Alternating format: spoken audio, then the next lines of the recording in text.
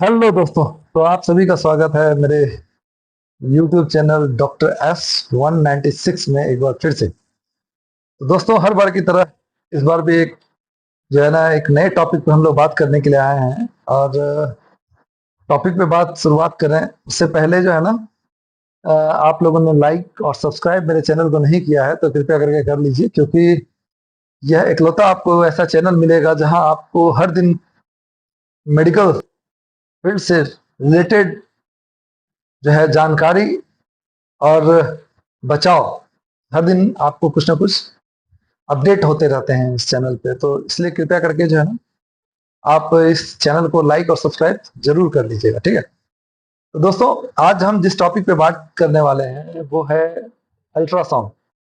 तो दोस्तों, आप सबने कभी ना कभी अल्ट्रासाउंड कराया ही होगा, क्योंकि अक्सर जो है ये वो जांच है जो ज्यादातर प्रिस्क्राइब्ड होते हैं। लेकिन क्या आपने कभी सोचा है कि जब आप अल्ट्रासाउंड कराने जाते हैं तो अल्ट्रासाउंड करने वाला व्यक्ति किस क्वालिफिकेशन का होता है? आखिर जो भी व्यक्ति आपका अल्ट्रासाउंड कर रहा है, उस व्यक्ति की डिग्री क्या होती है, उस व्यक्ति को मतलब कि को कौन कौन चीजों की जानकारी होती है कि वो आपको अल्ट्रासाउंड आपका कर रहा होता है। तो अगर आपने नहीं सोचा है कभी तो कृपया करके सोचिए। इसलिए सोचिए क्योंकि अल्ट्रासाउंड एक बहुत ही अहम जांच है, बहुत ही महत्वपूर्ण जांच है, जिसके बेसिस पे विभिन्न प्रकार की बीमारियों का पता चलता है। और अगर उसका रिपोर्ट गलत हुआ तो बिल्कुल बीमारी बदल जाती है। तो जिसकी वजह से कहीं ना कहीं आपकी बीमारी पकड़ में नहीं आएगी, और आपका जो कॉस्ट ऑफ ट्रीटमेंट है, जो कि आपको जो इलाज का जो खर्च है, वह आपका बहुत ज्यादा चला जाएगा। और ना सिर्फ कॉस्ट ऑफ ट्रीटमेंट भाग जाता है, बल्कि कहीं ना कहीं जो है ना, इलाज नहीं सही से होने की वजह से आपकी मृत्यु भी हो सकती है। तो इसलिए यह जांच बहुत ही महत्वपूर्ण जांच है, स्पेशली तब जब आपके पेट दर्द से रिलेटेड समस्या को लेकर के आप अल्ट्रासाउंड कराने के लिए जाते हैं, स्पेशली तब जब गर्भावस्था के अल्ट्रासाउंड को आप करवाने के लिए जाते हैं। तो जब भी इस तरह के अल्ट्रासाउंड आप करवाने के लिए जा रहे हैं, यह जांच बहुत ही ज्यादा महत्वपूर्ण हो जाता है आपके लिए। इसलिए क्योंकि इन्हीं जांच के आधार पे जो डॉक्टर होते हैं वह बीमारी को कंफर्म करते हैं कि वो जो बीमारी जो सोच रहे हैं वो बीमारी सही है। अगर इसका रिपोर्ट गलत आता है तो कहीं ना कहीं जो है वो गलत डायरेक्शन में फिर ट्रीटमेंट चला जाता है, और इससे मरीज की मृत्यु भी हो जाती है। और स्पेशली जो बच्चा और माँ के केस में होता है, जब गर्भावस्था होती है उस दौरान तो अगर मतलब रिपोर्ट गड़बड़ हुआ तो दोनों की मृत्यु हो जाती है। तो इसीलिए यह जांच बहुत ही महत्वपूर्ण जांच है। और इसलिए आपको यह पता होना चाहिए कि इस जांच को करने वाले व्यक्ति की क्वालिफिकेशन क्या होती है।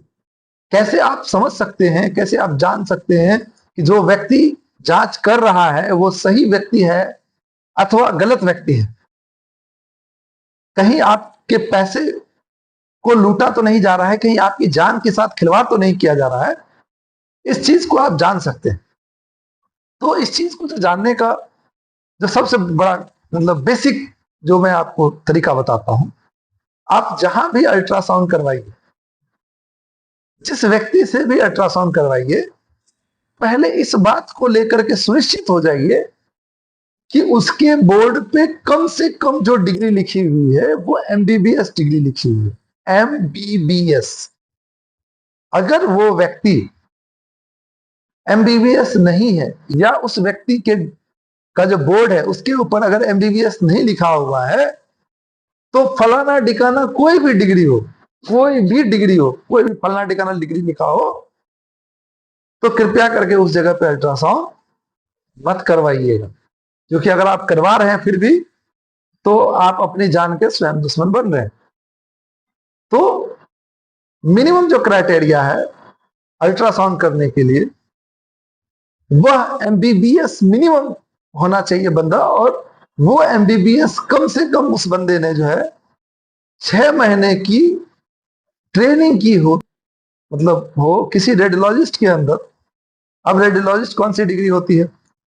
एमबीबीएस के बाद 3 साल का एक कोर्स होता है जो स्पेशल उसी विभाग में पढ़ाई होती है। एमबीबीएस करने के बाद वो पीजी का एग्जाम देने के बाद जो है, उसमें जो टॉपर होते हैं, जो सबसे अच्छे विद्यार्थी होते हैं, उनको रेडियोलॉजी मिलती है, और वो है उनको अधिकार होता है फिर अल्ट्रासाउंड करने का। और उनके अंदर जो एमबीबीएस कम से कम 6 महीने कम से कम काम किया है जिसने एमबीबीएस करने के बाद, तो वही अल्ट्रासाउंड कर सकता है, वो भी बेसिक अल्ट्रासाउंड। वो भी एडवांस लेवल का अल्ट्रासाउंड वो नहीं कर सकता है एमबीबीएस में। तो जब भी अगली बार आप अल्ट्रासाउंड करवाने के लिए जाइए, तो कृपया करके इस बात को लेकर के सुनिश्चित हो जाइए कि वो उस व्यक्ति के बोर्ड पे एमबीबीएस डिग्री लिखी हुई हो, और वह व्यक्ति जो आपका अल्ट्रासाउंड कर रहा हो, वह व्यक्ति एमबीबीएस हो कम से कम। नहीं तो आप कृपया करके अल्ट्रासाउंड ना कराए।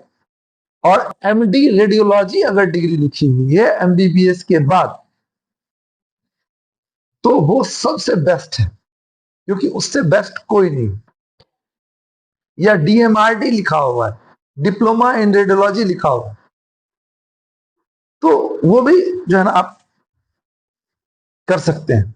ठीक है, एमबीबीएस के बाद का ठीक होता है। ठीक है, तो मैं जो आपको यहाँ आज की वीडियो में बताने की कोशिश कर रहा हूँ, वह अल्ट्रासाउंड के बारे में बताने की कोशिश कर रहा हूँ, और आशा करता हूँ कि यह वीडियो आपके लिए लाभप्रद होगा। और जिस मकसद के साथ इस चैनल को बनाया गया है कि आम जनमानस को अलग अलग बीमारियों से संबंधित जानकारी दी जाए और उनको जागरूक किया जाए, ताकि उनका जो ट्रीटमेंट का कॉस्ट हो वह कम हो, और न सिर्फ ट्रीटमेंट का कॉस्ट कम हो, बल्कि उसके साथ ही साथ उस व्यक्ति का सही तरीके से इलाज भी हो सके। तो आशा करता हूं कि आप सभी दोस्तों को मेरा यह वीडियो पसंद आएगा। आप लोग क्या सोचते हैं, क्या विचार हैं आपको कि मेरे वीडियो को लेकर के, कृपया करके कमेंट सेक्शन में जाकर के जरूर बताइएगा। और अगर किसी टॉपिक पे आपको जानकारी चाहिए, किसी बीमारी रिलेटेड जानकारी चाहिए, तो कृपया करके कमेंट सेक्शन में जरूर उसको लिखिएगा, ताकि मैं अगली बार जो इंफॉर्मेशन आपको दूं, उन टॉपिक्स पे मैं आपको अगली बार इंफॉर्मेशन दूं। आशा करता हूं कि मेरा यह वीडियो आपके लिए लाभप्रद होगा। तो कृपया करके एक बार फिर से आपसे यह विनम्र निवेदन करना चाहूंगा कि मेरे चैनल को लाइक और सब्सक्राइब और शेयर जरूर कर दीजिएगा, ताकि ज्यादा से ज्यादा लोगों तक मेरी यह बात पहुंचे, और ज्यादा से ज्यादा लोगों को मेरे इस वीडियो से बेनिफिट मिले। जय हिंद, जय भारत, जय भारत।